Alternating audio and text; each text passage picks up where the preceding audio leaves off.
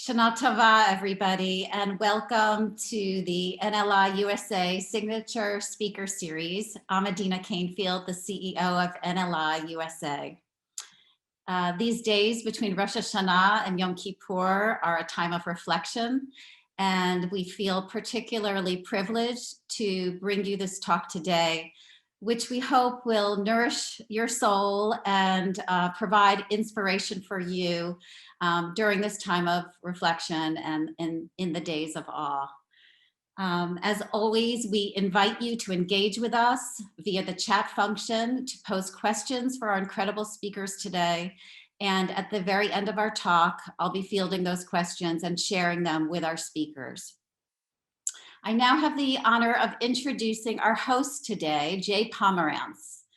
Actually, the talk today was in large part Jay's idea, so we thank him for that. Jay is the founding board president of NLI USA, and he served as president for 5 years and continues to serve as a devoted NLI USA board member and dear friend and supporter of the National Library of Israel.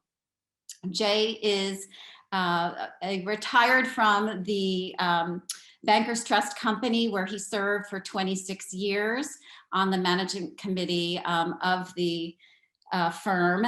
He has served on various for-profit and non-profit institutions, including Israeli company boards. Since his retirement from banking, Jay has been studying Bible criticism, Talmud, philosophy light, as he likes to say, and early Christianity within the context of Judaism. Jay and his wife Huti live in Jerusalem, and as I said, we thank Jay for all he has done for the library, and I turn it to him to introduce our two incredible speakers today. Jay? Thank you, Adina. I wanted to see if you would be brave enough to include in my introduction that my favorite activity is watching TV series, but I see it didn't quite make it.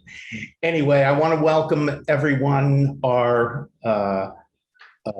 past listeners and those who know the library and those who are joining for the first time. And as Adina said, I've been involved with the NLI library from the beginning. It's one of my favorite board positions, and currently, as I leave others, it's my only board position in which I will remain active. Why? I completely identify and love the vision and the cultural activities both in Israel and globally, and it truly brings together different religions, ethnicities, countries, where our particular stories come out with a universal relevance as well. And to show you how much I really love the library, I use the reading room as my background. Only now do I see that it has my hair dancing as well, which I really didn't intend, but I'm going to keep it. And Adina, I will be bringing this up at our next meeting with Huti and you when we discuss the donation. Let me get to the introductions, which is what you're here for. Rabbi Dr. Meir Soloveichik, affectionately known as Rabbi Sali to everyone, has become a very close friend and a fun friend. I'm going to read the list of accomplishments. We don't have all day because when including Dr. Raquel Euclid's accomplishments as well, we would actually need the whole day. So let me read his CV and Raquel's, and then we will continue. Rabbi Dr. Meir Soloveichik, Rabbi Sali, is director of the Strauss Center for Torah and Western Thought at Yeshiva University, and the rabbi of Congregation Sheretz Israel, the oldest Jewish congregation in the United States.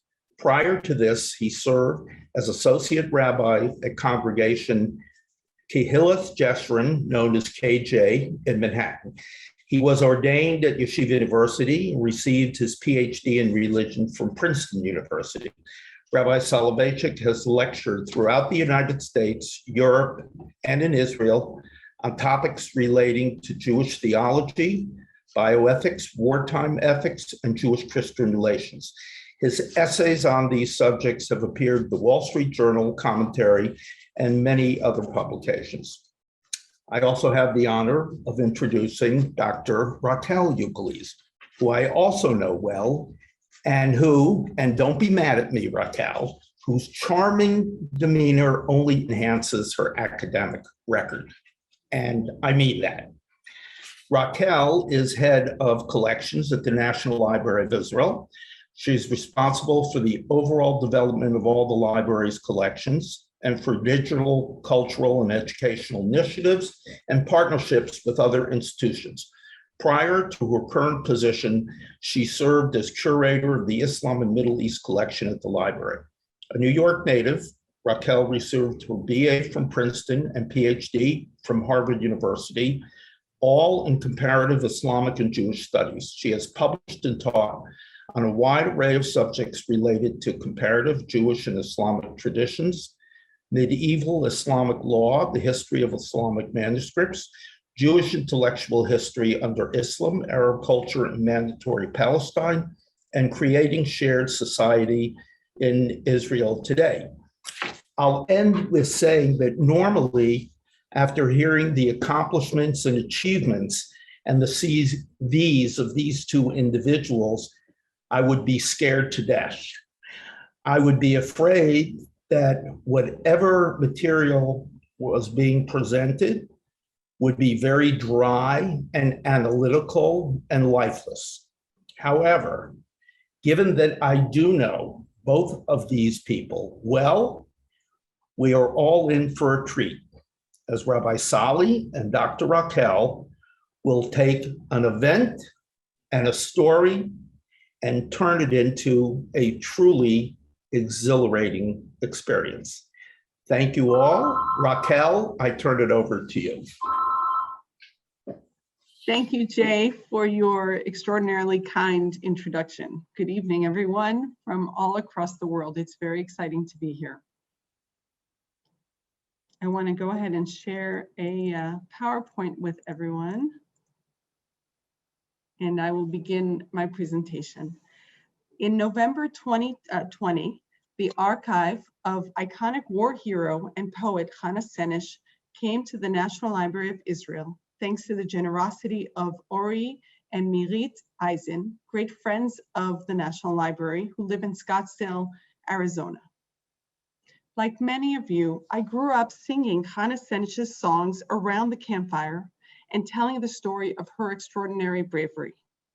Chana Senesh died at the age of 23.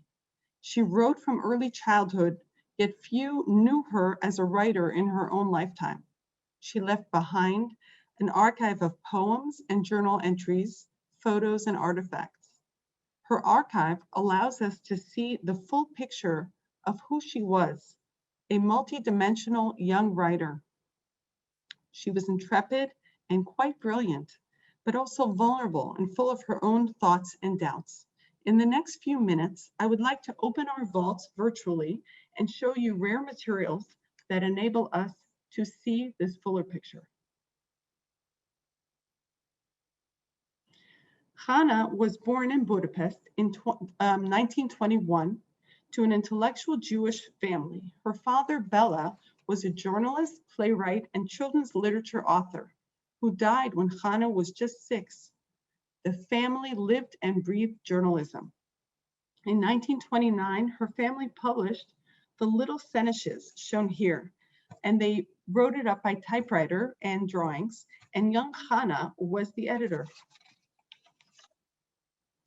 Chana also wrote devotedly in her diary, and it serves as her regular companion.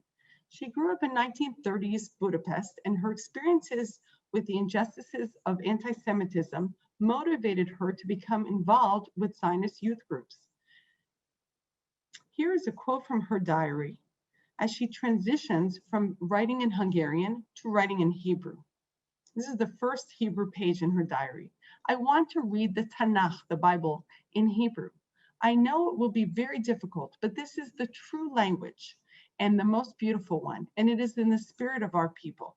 I can write now without a dictionary and by myself, and certainly with a lot of mistakes, but it constitutes happiness for me because I see that I can learn Hebrew quickly.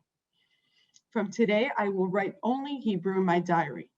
I was supposed to start already, and I think from now on, it will go.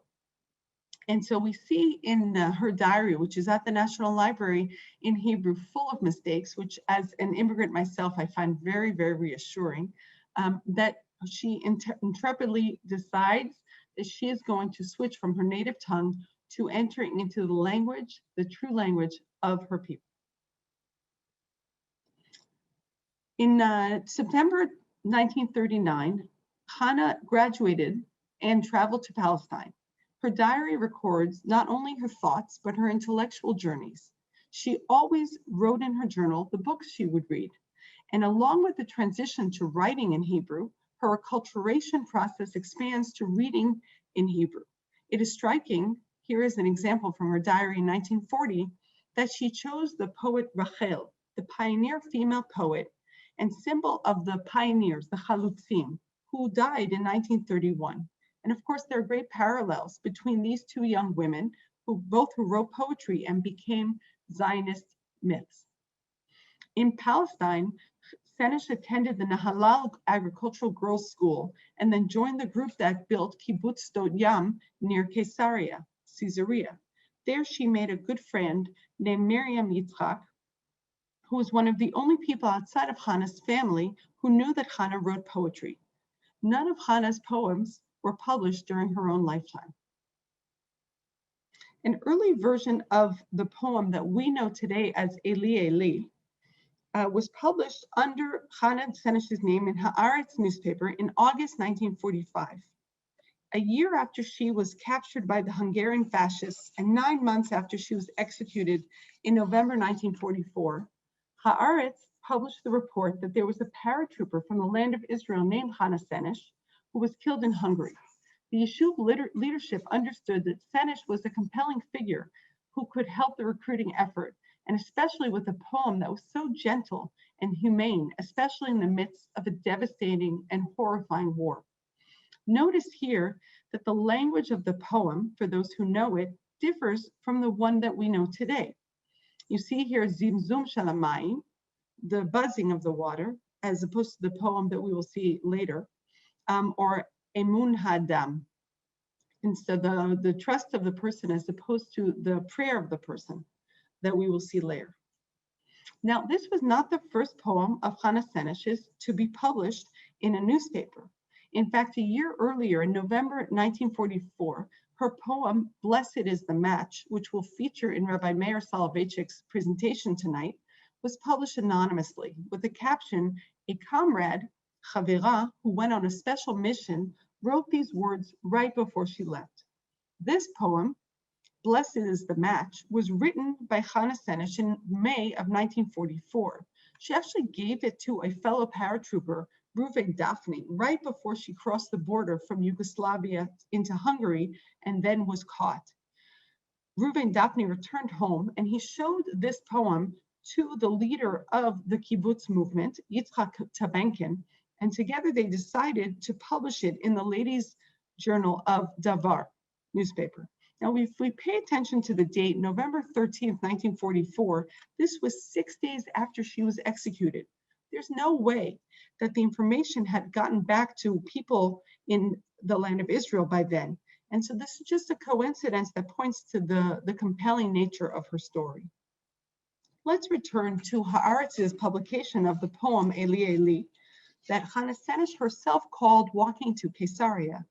How did Haaretz's editors get a hold of the poem, especially since Hannah's poetry was not public knowledge? And especially this version of the poem, which is different from the one that we know today. Here we return to her diary.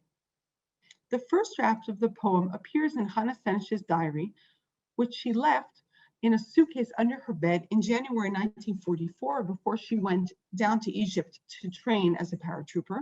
And she left this diary together with her letters and her poems and the photographs, which she took in the land of Israel, and other notes. After Hannah's death, a Jewish brigade soldier named Moshe Broslavsky went back to Stodiam and found her suitcase, shown here, and discovered Chana Senesh's poetry, including the preliminary draft of Walking to Caesarea. He was also from the kibbutz movement, and he, together with the leader Tabenkin, decided to publish the poem in Haaretz. Here is the first draft of the poem that I showed here. Excuse me, here. The poem is dated, as you can see, November 24th, 1942. Chana wrote this poem 2 days after Haaretz newspaper published the first reports on the destruction of European Jews. Opposite the poem, we see an entry dated 2 months later. We can imagine what thoughts Chana had during this time of silence. Throughout her time as a pioneer, she wrote in her diary about how hard it was to leave her family, and especially her mother, and juxtaposed the dangers of Hungary at that time with the tranquility of her life in the land of Israel. For 2 months, she didn't write in her diary. It takes 2 months of thinking and pondering this news for her to come to the radical conclusion that we see here. I've had a shattering week. I was suddenly struck by the idea of going to Hungary. I feel that I must be there during these days in order to help organize youth aliyah, youth immigration to Israel, to the land of Palestine, Israel, and to help Mother. While there were precedents of Zionist pioneers joining the British Army, there were very few precedents for returning to returning to Europe. From then on, her diary focuses on how to get back to Europe. And now we get to the next phase of the story. Once Chana Senesh's suitcase was found, the kibbutz leadership just started doing research on Chana Senesh and tracked down Chana Senesh's book of poetry that was then in kibbutz Chatzon. As I mentioned earlier, when Chana Senesh was studying agriculture in the Nahalal school, she met a dear friend named Miriam Yitzchak, who then joined kibbutz Chatzor. Before Chana left for paratrooper training in Egypt, she gave her book of poetry to Miriam and inscribed it here. To Miriam Yitzchak, my first and dearest reader and critic, in true friendship, Chana, as we see over here.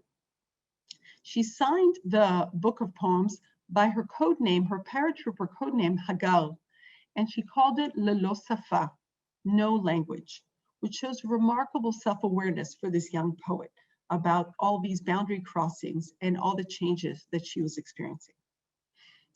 On the first page of this book of poems, we see her first poem in Hebrew, Bimdurot Milchama, which means the bonfires of war. And it's amazing to think that she wrote these poems for herself, as we say in Hebrew, la megira, for the drawer, and not for public consumption.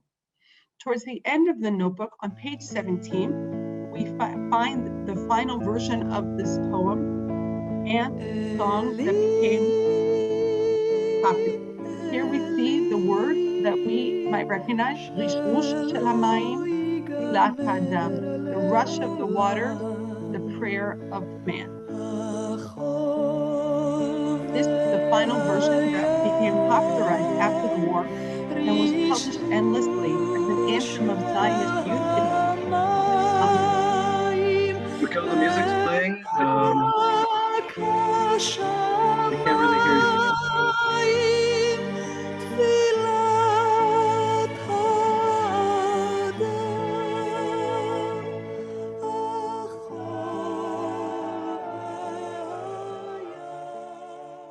As I said, this is the final version of the poem that we saw that was published by Haaretz in 1945. This final version became popularized after the war and was published endlessly as an anthem of Zionist youth in Israel and around the world. I want to conclude by sharing one of the documents that Chana's mother, Katarina, brought with her when she came to Palestine, the land of Israel, immediately after the war in the summer of 1945. This was the note found in Chana Senesh's pocket in the dress she wore the day she stood before the firing squad. In the other pocket was her final poem. Dear Mother, I don't know what to say, only this. A million thanks, and forgive me if you can. You know so well why words aren't necessary. With love forever, your daughter. As we see, Chana Senesh's archive brings to life and adds so many dimensions to her songs, her poems, and to the myth that she becomes. She was a thoughtful and sensitive reader of literature and philosophy, and she was a person who acted upon her ideals and principles. The archive is a treasure that is now accessible online at the National Library of Israel and open to all for research and exploration. I hope you will all visit virtually for now and soon in person in Jerusalem. And now I'm honored to turn the presentation over to Rabbi Meir Soloveichik, who will reflect on the connection between Chana Senesh's poem, Blessed is the Match, and a special ritual of Yom Kippur. Rabbi Soloveichik. Thank you so much, Raquel, for your beautiful presentation, for your scholarship, for your work on behalf of the library and its treasures, and for the honor of our conversation. Before I begin, I want to thank Jay, whose friendship has been such a blessing to me. And I want to say that I am brave enough to say that I enjoy watching TV series and devote much of my time to that important pursuit. And I look forward to being with you in Eretz Yisrael, please God, very soon. Thank you, Adina, for the honor of this invitation and for sharing my love of our subject today. As was mentioned, my talk today is about one poem by Chana Senesh, though I'll utilize other writings from the library collection, the diary, as well as Senesh's other poems, to explain why this poem in particular, and Chana Senesh, the very legacy of Chana Senesh, is so very personal to me. But let me begin by explaining how we even know of this poem, going a little bit deeper into the story that was referenced by Raquel. In 1944 in Yugoslavia, a paratrooper by the name of Reuven Daphne was escorting his compatriot, Chana Senesh, to the Hungarian border. They had both trained together in British Mandate Palestine and had parachuted into Eastern Europe with the mission of joining the partisans and ultimately saving Jews in Europe. But when it came to saving Jews, Chana had one person in particular in mind. One of the great dramas of her story, the poignancies of her life, is the fact that there was a tension between her dedication to Zionism, to the land of Israel, or as she calls it in her diary, just Eretz, on the one hand, and her love, Chana's love for her mother back in Budapest, on the other. Throughout her diary, we find her expressions of guilt that she had left her back in Hungary. As she confided to a colleague using a Hebrew pun, her two great loves were Ami and Imi, my people and my mother. And that's what drew her back to Eastern Europe and to her largely impossible mission. Indeed, the only Jewish military mission that was an attempt to save Jews from the Holocaust. Right when Senesh prepared to enter Hungary, the land of her birth, she turned to Reuven Daphne and held out a piece of paper with the poem on it. And she said, if I don't come back, please bring this to the Chaverim in Stot Yam. It's referring to the kibbutz that she was from. Now, decades later in an interview, Daphne described his state of mind at that moment. They're about to do something tremendously dangerous. And this young woman is handing him a poem. As he said, quote, I was nervous like hell and I was tense. What the hell? What is she doing? In this situation, she writes me some poems? That's what he says. And so after Senesh left, Reuven Daphne angrily threw the piece of paper in the bushes and he headed back to base.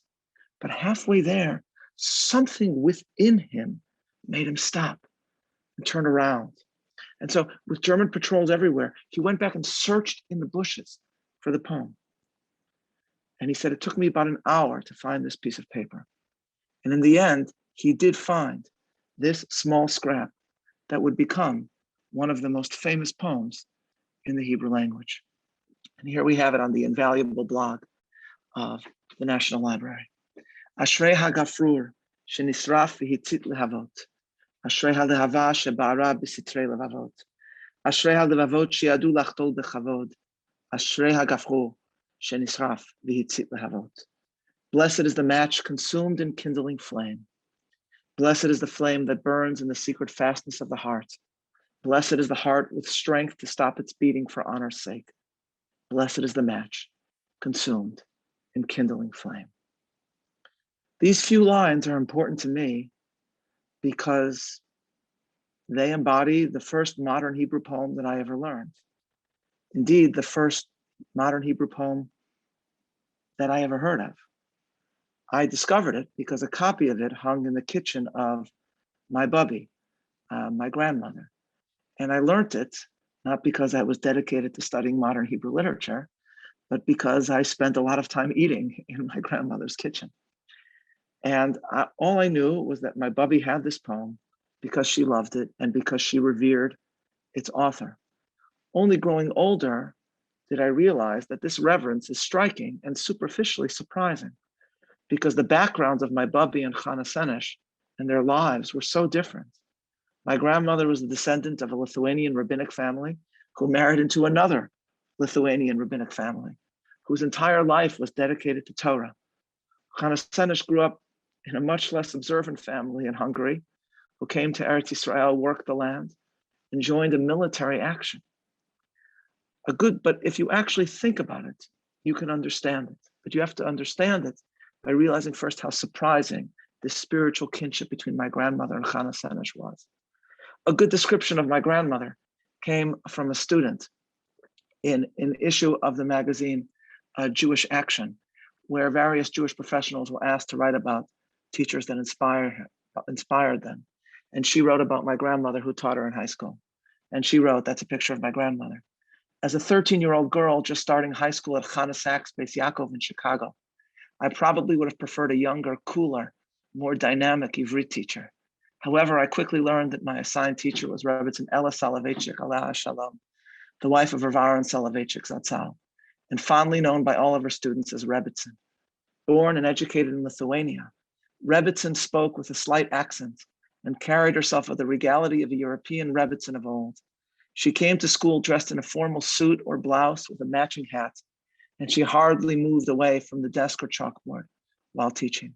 Soon enough, she won us over with her gentle and loving demeanor. And so when you see a picture of my bubby and you hear the description of her, you would not think immediately that she would share a kinship with this person who we see working in the agricultural school in British Mandate Palestine, which she left an assimilated Jewish home in Hungary in order to attend. And yet my grandmother did revere Chana Senesh, and she taught us, her grandchildren, Chana's story, and she hung her poem on her wall. I knew Blessed is the Match before I'd heard of more traditional Israeli writers, like say Shai Agnon.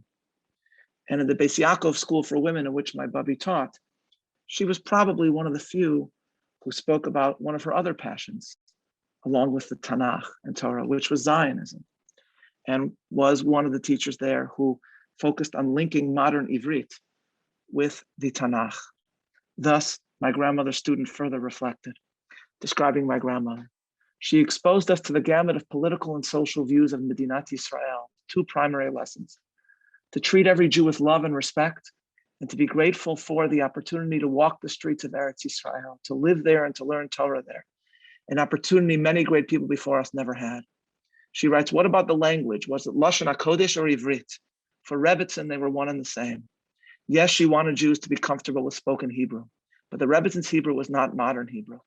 Her Hebrew was replete with psukim from the Nevi'im, that's the prophets, sayings of the sages, many of which she insisted we memorize. And then she added, Rebbitzin was also a poet.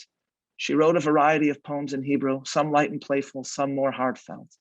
In so many ways, she demonstrated to us the richness and versatility of the Hebrew language.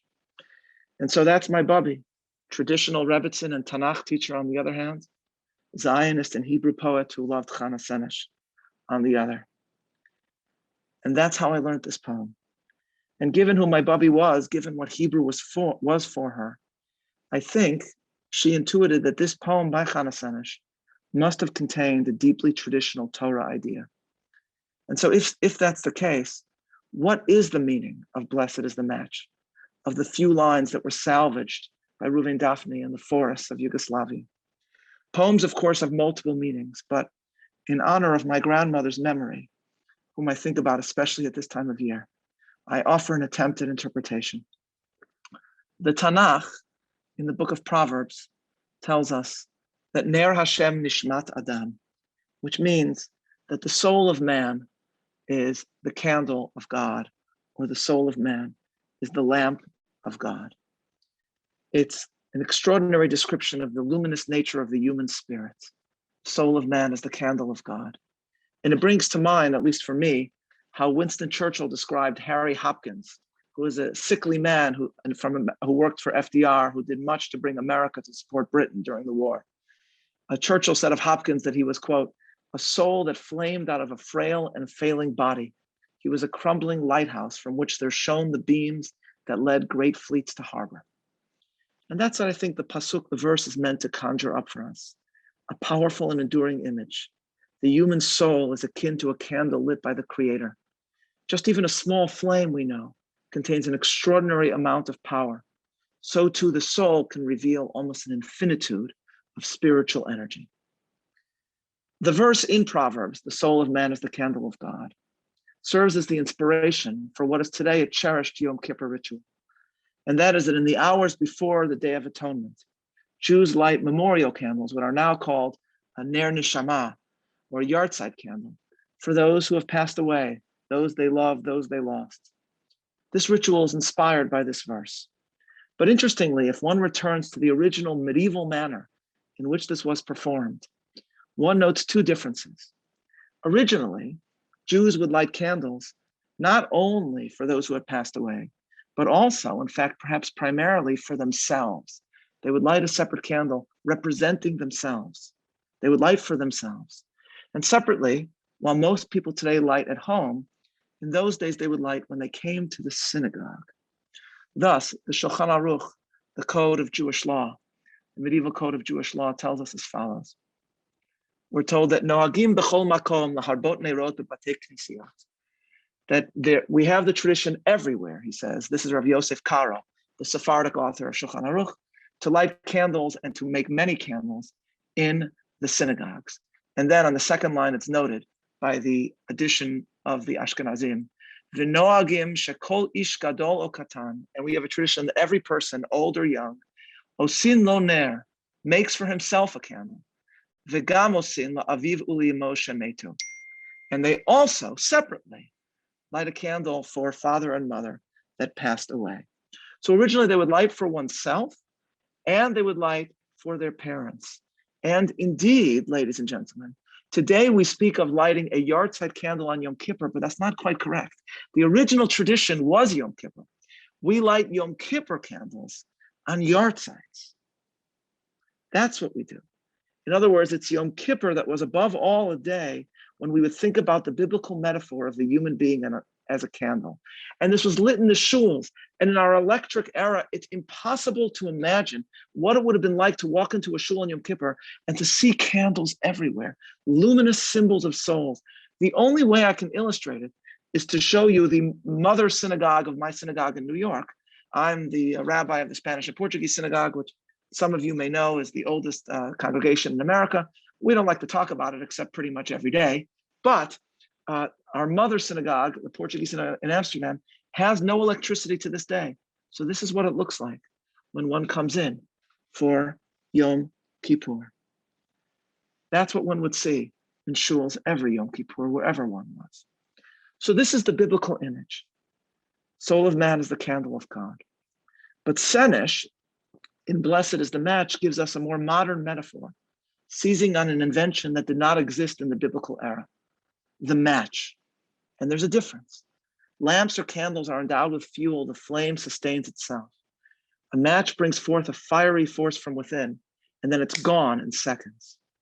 But we know that if the match successfully kindles another flame, then even as the match itself is consumed, the flame lives on, and its apparently transient life is endowed with continuity. In Senesh's words, the match is nisraf, burnt up, but it can still kindle other flames. On such a, it can be succeed lahatzit, to kindle other candles. On such a match, we pronounce Ashrei HaGafrur, Blessed is such a match.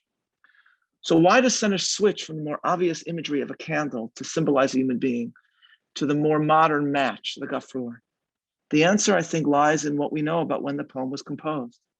Only after parachuting into Yugoslavia did Senesh learn that the Nazis had just occupied Hungary and that her mission was largely impossible.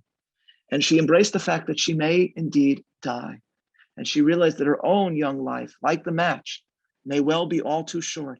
And she was pondering what would give her this short life meaning.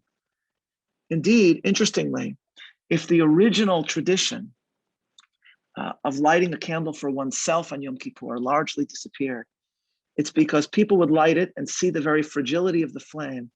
And they became very worried because they saw if the candle they had lit to represent themselves went out on Yom Kippur, they would see this as a frightening omen. And so by and large, they stopped lighting candles for themselves. But the truth is that Senesh, several years before she went on her mission, she had pondered the possibility of her dying. One of the most moving poems of Chana Senesh has actually been in the National Library's collection for decades. It was torn from the original notebook and was given to, I think, Senesh's mother, who then gave it ultimately back to the library. And the poem is, here is the poem. It's called Lamut, ? To die. She describes originally that she loves life and she does not want to die. But she writes in the second paragraph, she says, however, Im nigzar alai lachyot hayom, b'shefach dam beheres hayom. If, however, it is decreed on me to live today with bloodshed and terrible destruction, agid, I will say, Baruch Hashem ba'ad haschut, lachyot ubo yavo sha'al lamut, al admatech artzi molati. I will say, blessed is God for the privilege to live, and when the time comes, to die for your earth, for my land, for my homeland. And so she wrote this, and if you look at the time when she wrote it, interestingly, she wrote it in 1941, and it's then that she's considering the possibility that she may die in the Holy Land. And I think the point is, when we consider it, this was before the Battle of El Alamein. It was a time when the Nazi conquest of North Africa and then ultimately British Mandate Palestine was still a possibility. So she thought about actually dying, fighting and dying in Palestine. But in 1944, when she was in Yugoslavia, she confronted mortality once again, writing a poem about a match which captured her own life, one all too short, one eradicated by evil, but a match which kindled and inspired others throughout Israel and the Jewish world. Thus, this past July, on the week of Chana Senesh's 100th birthday, the newspapers reported how over 100 Israeli paratroopers recreated Senesh's jump, joined by the members of the military of several European countries. And the commander of the Israeli paratroopers explained that the point of the mission was to perpetuate her memory in the land of her birth, to teach Hungarians who know very little about Chana Senesh, about her life, and, quote, to strengthen the sense of mission and the memory of heroism. One of Chana Senesh's final requests in prison was for a Tanakh, a Hebrew Bible. Her mother heartbreakingly described walking the streets of Budapest, searching for one to give her daughter, but in vain.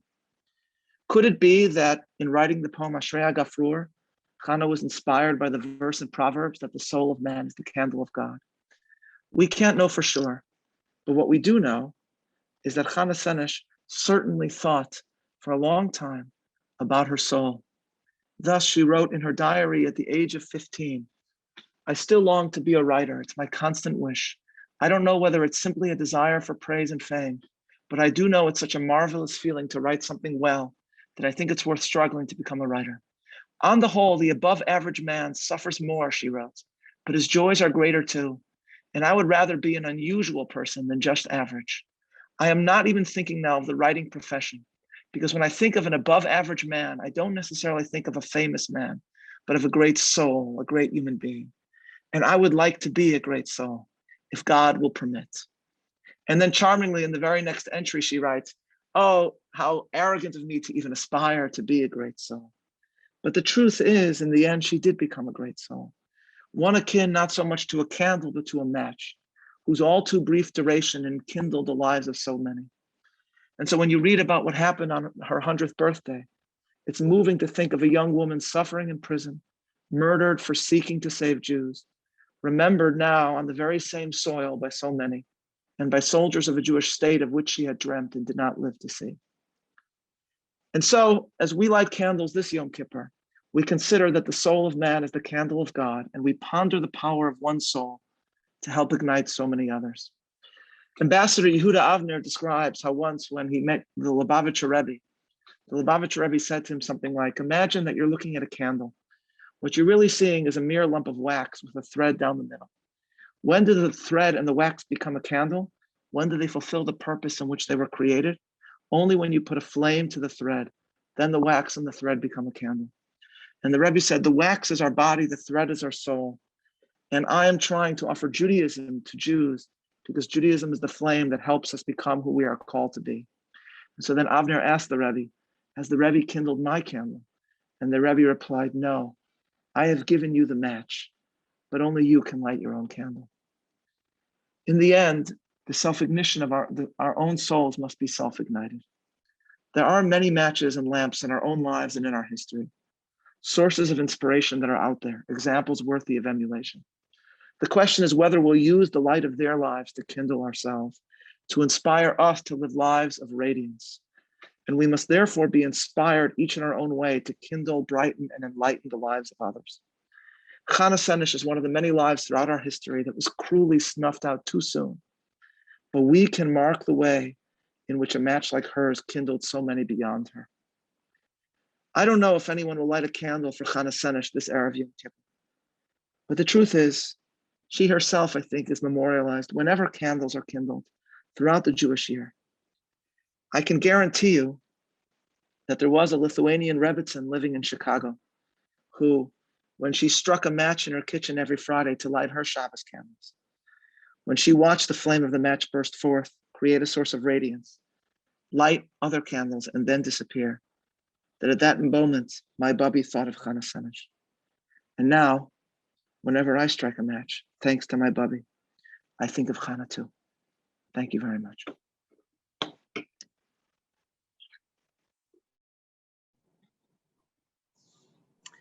That was exhilarating. Thank you so much. It was exhilarating and moving to move from the line of a poem to a pasuk, a verse in the Tanakh, in the Bible, and to illuminate for us so many different aspects, both of your own story and your own family, and remarkable stories about your grandmother, and helping us see the threads. There are so many different threads that I would like to pull up.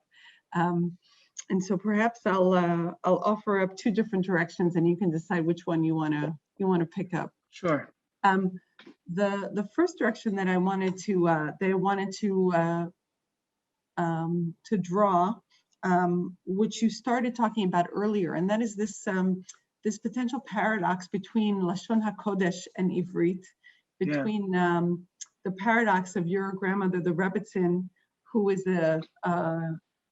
who had a special place in her heart for Chana Senesh, despite the differences, and I think that today there's a real then and now. There's a sense that these worlds seem quite polarized today and seem quite different today, and it's surprising that you come from a background and a tradition where, even though they might be paradoxical, there was a mutual fertilization that was going on. So that's one direction that I would love to hear you think more out loud about, both in terms of, what can we learn and benefit from. So that's one direction.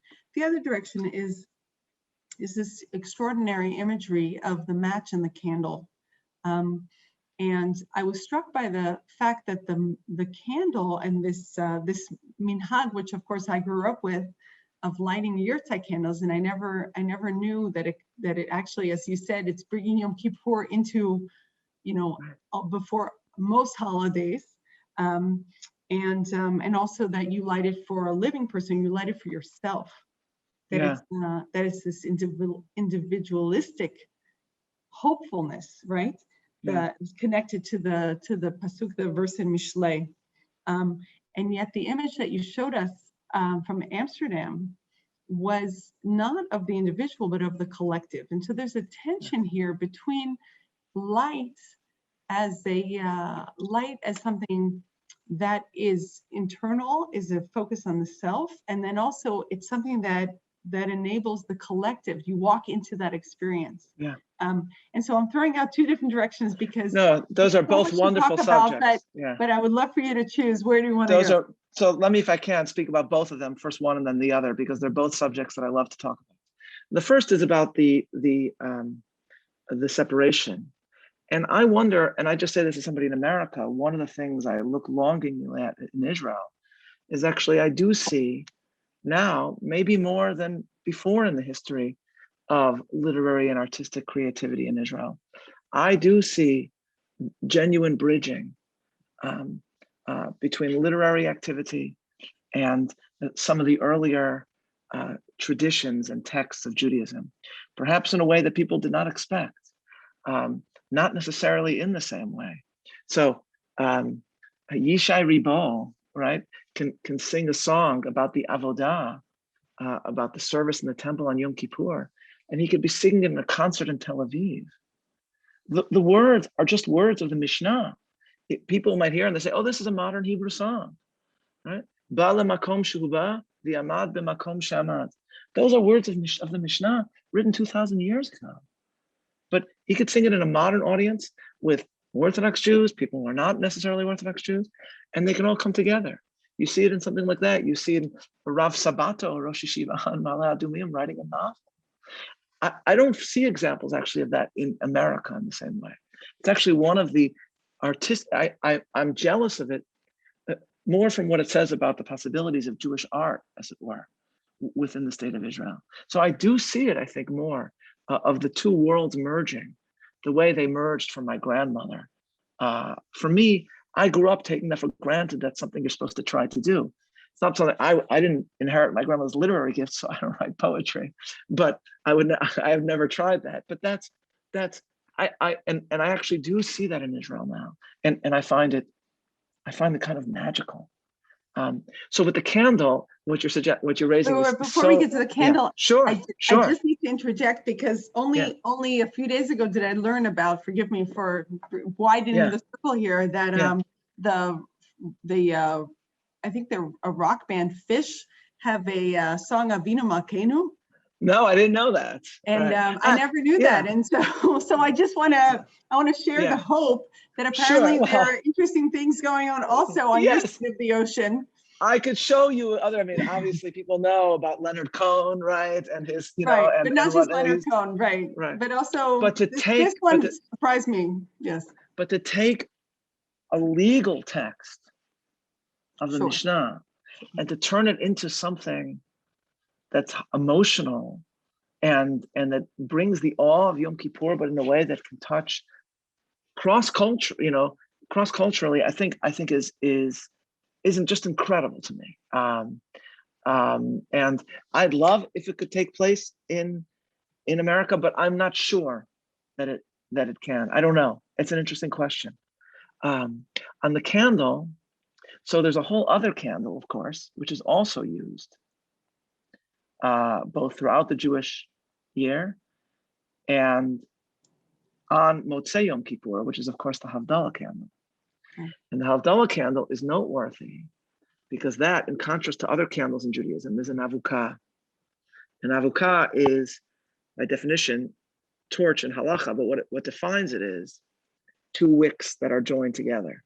So that actually, the halacha is that if you don't have a Havdalah candle and you're saying Havdalah, and you want to say the blessing, the best way to do it is to take two candles and to touch them to one another. And so actually that image does raise the question of what does it mean to blend individual souls together? There's a wonderful painting of Havdalah by really the first modern Jewish artist, Moritz Daniel Oppenheim, and you can all look this up. And he has, I think it's called something like Shabbat Ausgang, right? And it's a picture of a German Jew and making Havdalah. And he's holding up, his son is holding up the candle, and it's painted in grisaille, I think. So it's largely black and white. But you see like the luminous nature of the candle in the midst of the darkness. And then right next to the father and mother, right next to the father is this, is the mother and daughter, and they are intertwined and their arms are around each other. And you get the sense again that the aesthetic and emotional power of the Havdalah candle is lost today in the electric age. But if you think about what it meant, that again, darkness descends, and the only peace that Jews knew in a time of persecution is disappearing. And the terror of the weak is coming. And they would hold up the Havdalah candle, and at least in Ashkenazic liturgy, they would say, Hinei kel yeshuati eftach v'lo efchad. And what you see is that the candle embodied for them sort of the joining of souls that sustain them during the darkness of the week to come. And that, I think, is the message of that painting, the joining of the two candles in the Havdalah candle. I want to share, again, I'm thinking about broadening the circle, coming from my own background in comparative Jewish and Islamic law, actually. I don't know if you know, but there is a minhag, if we can use that word. There's a custom of lighting the mosque for certain nights during the year for Muslim collective prayer. And there are many, many legal discussions about what are the criteria you need in order to light the mosque. And you have to have a certain kind of collective prayer in order to justify lighting the mosque, because to light the mosque means to chase away the darkness and to bring the kahal, to bring the community outside of their homes at night into the public sphere. And so there's this wonderful parallel about the role of light. I mean, of course, also in Christianity, the role of light as in prayer and its extraordinary potency of when do you light the space. And just in terms of the imagery, again, I keep coming back to that beautiful, beautiful photograph that you showed of Amsterdam right before Yom Kippur, and the difference between the Havdalah candle, which, as you articulated so elegantly about the intertwining of the souls, and walking into that space where I would love to hear you say just a little bit more about how you see it. Is it that it's like the sum total of all of the nefashot, all the souls of the community? So I think that's exactly it. No, that's exactly it. So let me speak to that. So that picture, which I love, and I don't know if it's from right before Yom Kippur or it was taken before a concert when they also light it up, meaning they light up the thing. And if anyone has not been there, you should definitely go. It's just an incredible place. But I think what you're getting at is exactly correct, and about the as it were, the intergenerations of souls. And it can be understood in the following contrast. Almost all of the candle-based rituals in Judaism are not communal, the central ones. They are home-based. They're not individual, but they're familial. Right. They're what's called in Jewish law, chovat bayit. Okay. Again, we've lost the original power of a lot of these because we live with so much light. But originally, Shabbat, what was called Ner Shabbat, which was just one lamp, that in what homes were in those days so small, the whole light would suffuse the whole home. The Ner Chanukah, the Hanukkah lamp, would not be as it is today for many people, put in the window of a home and your house is lit up anyways. It'd be put right outside the door. And it would be what my great uncle Rabbi Soloveichik called the Ner Hanireh Merachok, a lamp seen from far away, like a little pinpoint, a beacon. But it would announce in the distance, this is a Jewish home. Okay, so they're familial. The tradition of having a synagogue filled with candles is a specifically Yom Kippur based ritual. And what that emphasizes is people spent the whole day on Yom Kippur in the shul, but also that what they are feeling on that day is, as we begin Kol Nidrei, b'yeshiva shel malu, b'yeshiva shel mata, al dat hamakom v'al dat hakahal. Is that they feel that the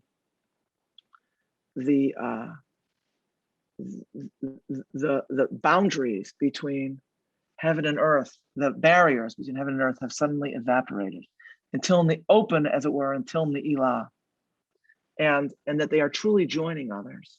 And so the candles represent both the living and those living otherwise in a different way. and that they are truly in collectivity, engaging one another. The best artistic embodiment of this, of course, is one of the most famous modern Jewish paintings, which is Maurice Gottlieb's Jews praying in the synagogue on Yom Kippur. What he's done there is he's painted images. If you look at his description of what motivated him to write the painting, he says, his ancestors said to me, he said, bring me back to life.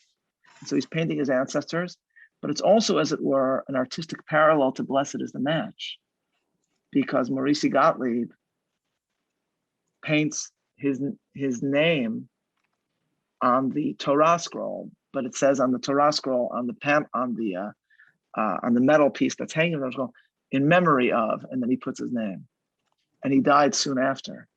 So it's an artistic meditation on his own mortality, again, created by somebody who died soon after, obviously in a very different set of circumstances, but it's a Yom Kippur reflection about mortality from someone who then died soon after he created one of his most famous, in Gottlieb's case, his creations. I'm just noticing in the chat that people are sharing many different kinds of rituals, and of course in Catholicism, you know, beautiful use of candles to light up sacred spaces. There I just see two questions that perhaps we'll touch on before we close. So one is, was Chana Senesh a diarist? She kept a diary throughout her short life, but as I mentioned, starting from the time she could write until she left for returning to Europe, she was a diarist. The other question I want to reflect on, and I want to hear your thoughts as well, and that is, why do we all know about Anne Frank and not Chana Senesh? And I would say that from my experience as an American being in Israel, when the archive of Chana Senesh came to the National Library, it was the catalyst for a really interesting conversation between my real Israeli colleagues, as I call them, and the immigrants among us. And for Israelis, Chana Senesh is more known than Anne Frank. And the Chana Senesh's family throughout the decades were committed to sharing her memory, sharing her writings, very specific writings. They censored a little bit what they shared with the public and what they didn't, in order to craft a kind of icon. But everyone knew Chana Senesh. And so there was a distinctive difference between Chana Senesh in Israel and Chana Senesh outside of Israel, to the point where my Israeli colleagues were quite surprised when I said, Chana Senesh doesn't belong to only Israelis. I grew up with Chana Senesh too, and they were very surprised to hear how powerful a connection I personally felt, and my other colleagues who grew up in the States had to Chana Senesh. So I think that Chana Senesh was extraordinarily important for certain circles of American Jews. I mentioned around the campfire, I know for different Jewish youth movements, she was really important as a hero, but not necessarily in other areas. So that's how I would answer that question. But Rabbi Soloveichik, I want to give it back to you. No, I think that's a very good question. I probably also, I don't know for sure, but we're thinking back, but I probably also heard of Chana Senesh first because of my grandmother, before Anne Frank. But I think it's a friend of mine, Adam Kirsch, the writer Adam Kirsch, has an essay about the two diaries of Anne Frank and Chana Senesh. And I think, I don't want to misrepresent what he says, but I think what he says is that the diary of Anne Frank is used for, not used, but meaning read, in exploration of universal themes. Right. Very important universal themes, but universal themes. Chana Senesh is a Zionist diary. Of course, there are universal themes there as well, about a young girl who's thinking about what it means to be a great soul. All of a sudden, who suddenly decides to be a Zionist and to move to the land of Israel. But it's a Zionist story. It's a Zionist story first, as Raquel movingly showed, because it describes her focus on Hebrew and in the land and so forth. she thinks about religion and observance and Judaism. But then, of course, it becomes a Zionist story because of how it ends.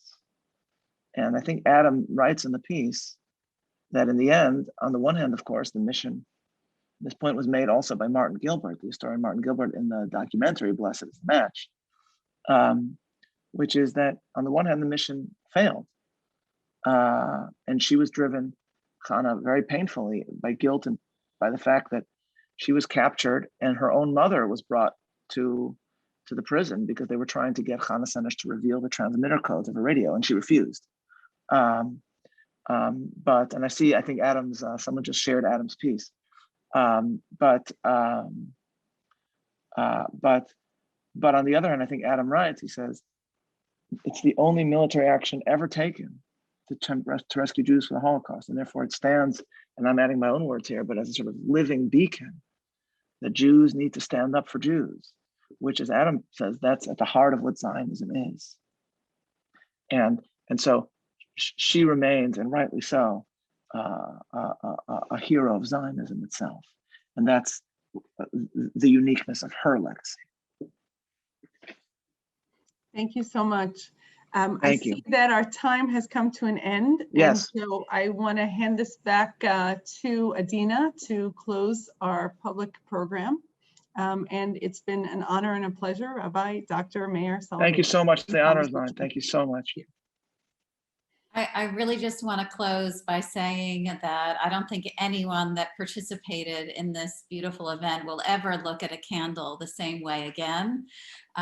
We will, both during Yom Kippur and every time we look at light from a candle, be thinking of Chana Senesh, of this talk today, and of the beauty of Judaism that you helped illuminate today. So thank you very, very much, Rabbi Dr. Soloveichik and Dr. Raquel Euclides for your talk today, and Raquel for your partnership and graciousness in really spreading the word about the National Library of Israel to the broader community with all of your time and the hard work that you do for all of us in America. So thank you both. And I invite you all to stay tuned for upcoming events for NLI USA, and of course for the National Library of Israel through their cultural events platform. And we wish you all a Shana Tova. I want to extend again our thanks to Ori Eisen for bringing the collection to us, and his generosity and his wife's generosity. Thank you all, and Gamar Chatima Tova. Gamar Chatima Tova. Gamar Chatima Tova. I'll open microphones now so that if anyone would like to say thank you or have any other questions for the panelists, you're most welcome to open your microphone and speak. Thank you. Shana Tova and Gamar Chatima Tova from Jerusalem. Thank you. Thank you so much. Thank you so much. I mean, that was really beautiful and memorable, and will bring reflection, helps us in these times to think. Thank you. Could I just say, I think maybe Chana Senesh could be someone who unites the two opposing poles of Jewish people, whether so people who are religious and people who are primarily secular and perhaps Zionist, because there's so much in what she said which is absolutely inspiring, and I think she can help to unite us. So she's in that way also a symbol of hope. This has been absolutely fascinating. Thank you very much indeed for putting this together. It's been very good. Tova. Be well. Jay and Rabbi, are there any series you can recommend that are worth wasting our time? Any TV series? We'll have to follow up with the recommendations for Netflix from the Rabbi and Jay. לילה טוב, גמר חתימה טובה, שנה טובה. Thank you all. Bye-bye. Bye-bye. Shana Tova.